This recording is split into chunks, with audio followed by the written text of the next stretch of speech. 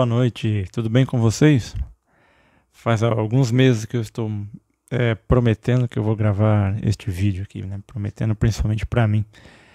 Mas algumas complicações aí fizeram com que eu adiasse esse vídeo, que é um tema que eu gosto muito, que é filosofia da ciência, misturado com um pouquinho de ficção científica. Com certeza, ao lado das aulas de astronomia antiga, esse tema de civilizações e a escala de Kardashev e o futuro da exploração espacial foram as aulas que eu mais dei na minha vida. Eu dei palestra e aulas sobre esse tema juntamente com outras, né, de filosofia da ciência, mas esse é um tema que chama muita atenção, é um tema que as pessoas geralmente gostam. Espero que vocês gostem do vídeo. Eu vou falar sobre a escala de Kardashev. Vou tentar dividir os vídeos em 3 etapas, cada etapa falando um pouquinho de cada uma dos tipos de civilização prevista, imaginada, né, por Nikolai Kardashev. Quem foi Nikolai Kardashev? Nikolai Kardashev foi um astrofísico russo. Ele teorizou sobre os tipos de civilização que podem existir na nossa galáxia. Eu fiquei muito triste em saber que ano passado Nikolai Kardashev faleceu em agosto do ano passado.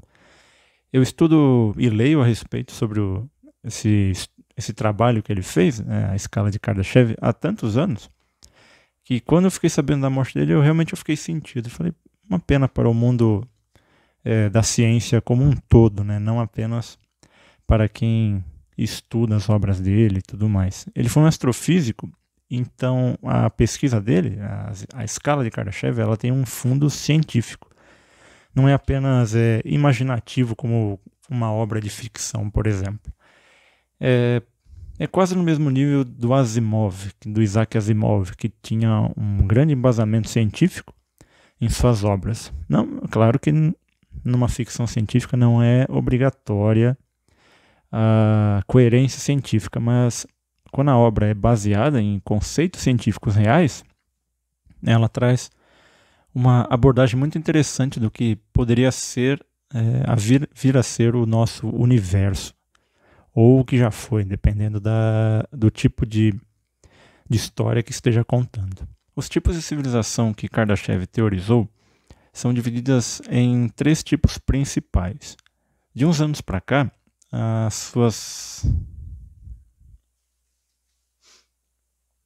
os tipos de civilização que Kardashev teorizou são divididas principalmente em 3 categorias, que são divididas em tipo 1, 2 e 3, e tem também a tipo 0. Mas a tipo 0 não foi exatamente o que uma civilização que ele imaginou. Eu vou falar da civilização 0 no final da série sobre as 3 civilizações. De uns anos para cá, essas civilizações de Kardashev, que são principalmente 3, elas foram acrescidas de outros tipos de civilização. Mas aqui nessa série de vídeos eu vou falar apenas das 3 principais, que já nos dá uma grande ideia, né, uma boa ideia, do que vem a ser essas civilizações que Kardashev teorizou. Os 3 tipos de civilização principal que Kardashev teorizou já nos dá uma grande ideia de como ele imaginava que seriam, né, o que poderiam ser as civilizações existentes em nossa galáxia. O ponto de partida de Kardashev para teorizar sobre essas civilizações foi o avanço tecnológico. Mas em que sentido de avanço tecnológico? Em que sentido do avanço tecnológico? Consumo de energia de determinadas civilizações. Ou seja, ele teoriza, ele imagina e desenvolve, né, esse pensamento sobre os tipos de civilizações avançadas que podem existir em nossa galáxia a partir do consumo de energia dessas civilizações.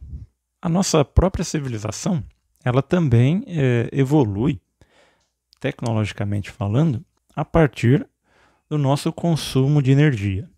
Antigamente, nós tínhamos algumas fontes simples de energia, como, por exemplo, a força humana, o trabalho braçal, apenas o trabalho braçal, a força de outros animais, o fogo, o vapor e a força mecânica, ou seja, utilizando instrumentos e ferramentas antigas. Essas, né, eram as principais fontes de energia que os humanos tinham em civilizações antigas. Nós conseguimos extrair energia de outras fontes. Uns exemplos são as hidrelétricas, a energia eólica, a energia solar, nuclear, combustíveis fósseis e as energias termais.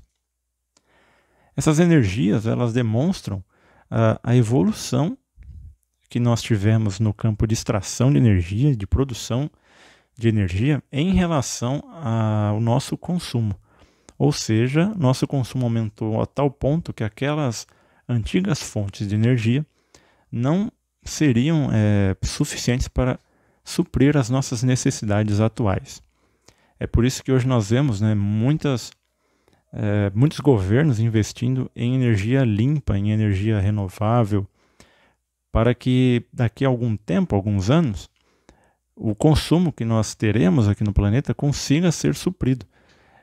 Por isso que é tão importante o investimento em outros tipos de fontes de energia, como está sendo lá na França, por exemplo, que eles estão construindo o maior reator de fusão nuclear do mundo.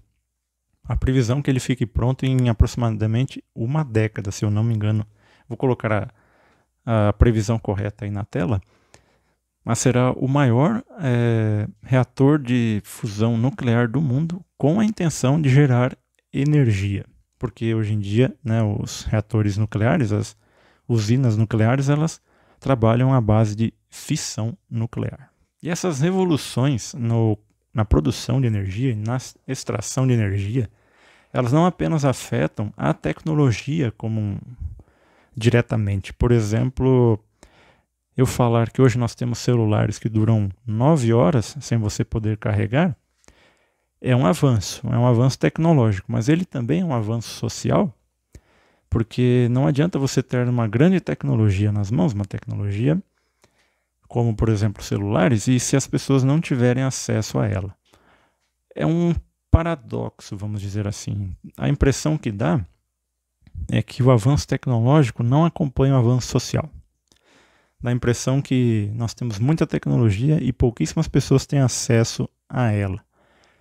Mas uma vantagem desses avanços tecnológicos, que também são frutos do consumo de energia, é que essas tecnologias vão barateando e sendo acessadas por muito mais pessoas do que, por exemplo, há 200 anos atrás ou 100 anos atrás. Vide o exemplo do carro, por exemplo. Não que o carro seja uma boa invenção, né? Ele é uma boa invenção, é óbvio, mas para mobilidade urbana é notório que ela é ultrapassada. Mas o acesso a essa tecnologia de transporte hoje é bem fácil, vamos dizer assim. Você não precisa ter um carro próprio para você andar de carro, certo? Hoje os aplicativos de carona, eles dão um acesso a pessoas que não têm condições de comprar um veículo, por exemplo. Essas discussões, elas não parecem que são científicas, não é verdade? Por exemplo, eu que sou estudante de física e filósofo, vocês podem estar se perguntando, mas o que isso tem a ver com a física, com a astronomia, com a própria a filosofia, até que é um pouco mais fácil de compreender. Mas a física, a astrofísica, a astronomia, a química, o que elas têm a ver com essa discussão sobre quais tipos de energias futuras nós podemos, quais civilizações futuras ou já existentes podem estar aqui na nossa vizinhança da nossa Via Láctea. Essas discussões, elas são importantíssimas e diversos cientistas, através de muitos séculos, já fizeram essas considerações. Um deles, eu acho que um dos mais famosos, é o Carl Sagan. Ele próprio já falava, né, de acesso à tecnologia, à divulgação científica, que todos têm que ter acesso ao conhecimento científico. Logo depois, o próprio Isaac Asimov, ele já imaginava o futuro, uma civilização futura com base em tecnologias e ciência. Um grande exemplo do Asimov é a Fundação, a trilogia Fundação, né, que é uma série de livros que ele fala sobre uma civilização futura. Ele fala de uma sociedade em que a ciência é presente o tempo todo. De alguns anos para cá, no final da década de 1980, começo da década de 1990, um divulgador científico que infelizmente está um pouco apagado nos últimos anos é o Michio Kaku. Ele escreveu muitos livros a respeito do futuro da civilização humana com base na ciência. Ele é um astrofísico da cidade de Nova York, da Universidade de Nova York, e ele fez por muitos anos diversos trabalhos de divulgação científica. É um bom divulgador científico, eu aconselho que vocês procurem. Eu vou colocar um link de alguma palestra ou algum vídeo dele para vocês terem conhecimento dele, que, na minha opinião, junto do Carl Sagan, foi um dos melhores divulgadores científicos que nós tivemos de 1980 para cá. E falando em energia, é só fazer um comentário que no universo tudo é regido por energia. As estrelas, os buracos negros, se não tivesse os buracos negros, né, no centro das galáxias, nós não estaríamos vivos, não é verdade? Não existiria o universo. Então, energia é a fonte de tudo. É por isso que há uma grande preocupação sobre as fontes de energia, sejam elas no universo, né, o que pode acontecer com as fontes de energia do universo, no caso da morte do universo por entropia, o que pode acontecer com a nossa civilização se nós tivermos um colapso de energia, ou seja, precisarmos consumir energia e não tivermos de onde tirar mais essa energia para que a nossa civilização possa continuar aqui na Terra. Depois de falar do consumo de energia, Kardashev diz que essas civilizações elas começam a evoluir de fato para outros tipos de civilização quanto mais elas colonizarem planetas e outros corpos celestes.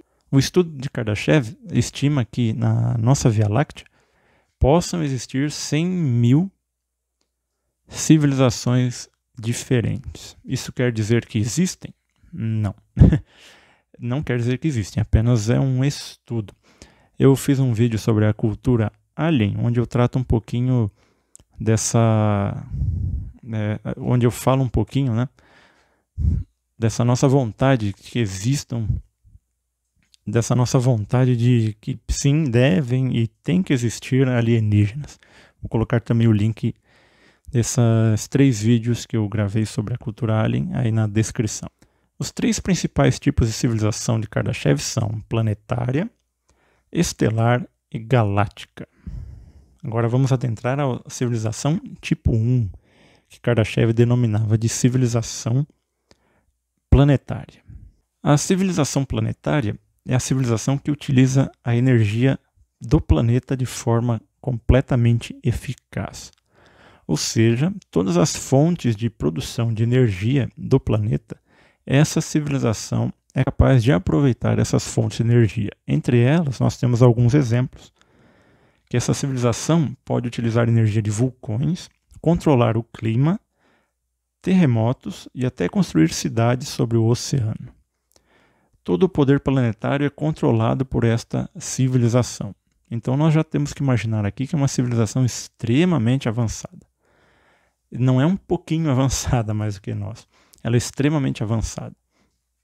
E se nós olharmos hoje, né, a nossa civilização, nós podemos até ficar um pouco desesperançosos, né, quanto ao futuro, né, e se haverá um futuro para a nossa civilização.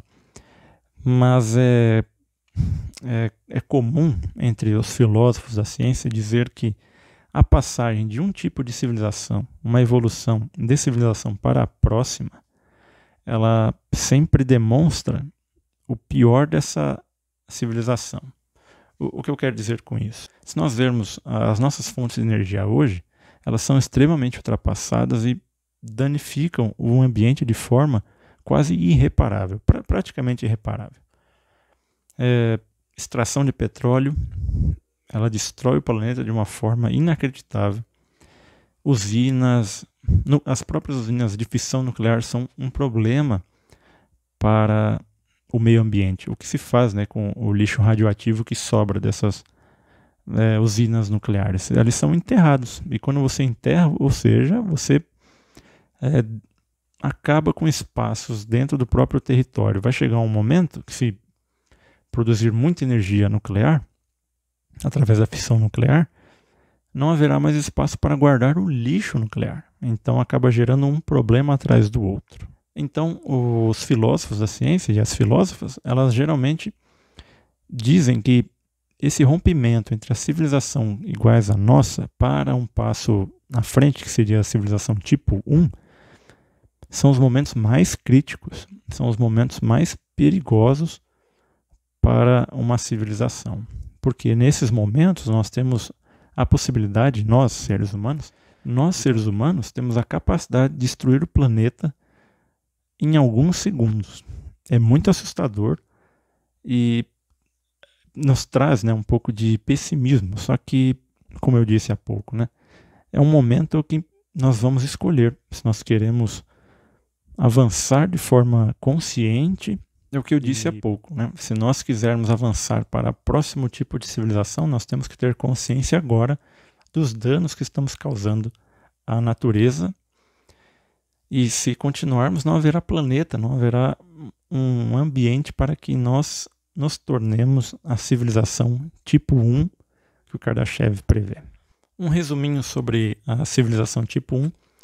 Ela é uma civilização que utiliza toda a energia que o planeta, toda a energia natural, né, porque o planeta tem a oferecer, vulcões, terremotos, maremotos, ou seja, as tempestades, ela consegue tirar energia de todas essas fontes naturais. Sendo uma vez, né, que o consumo dessa civilização deve ser enorme, ela também precisa de fontes renováveis, fontes que não se esgotem.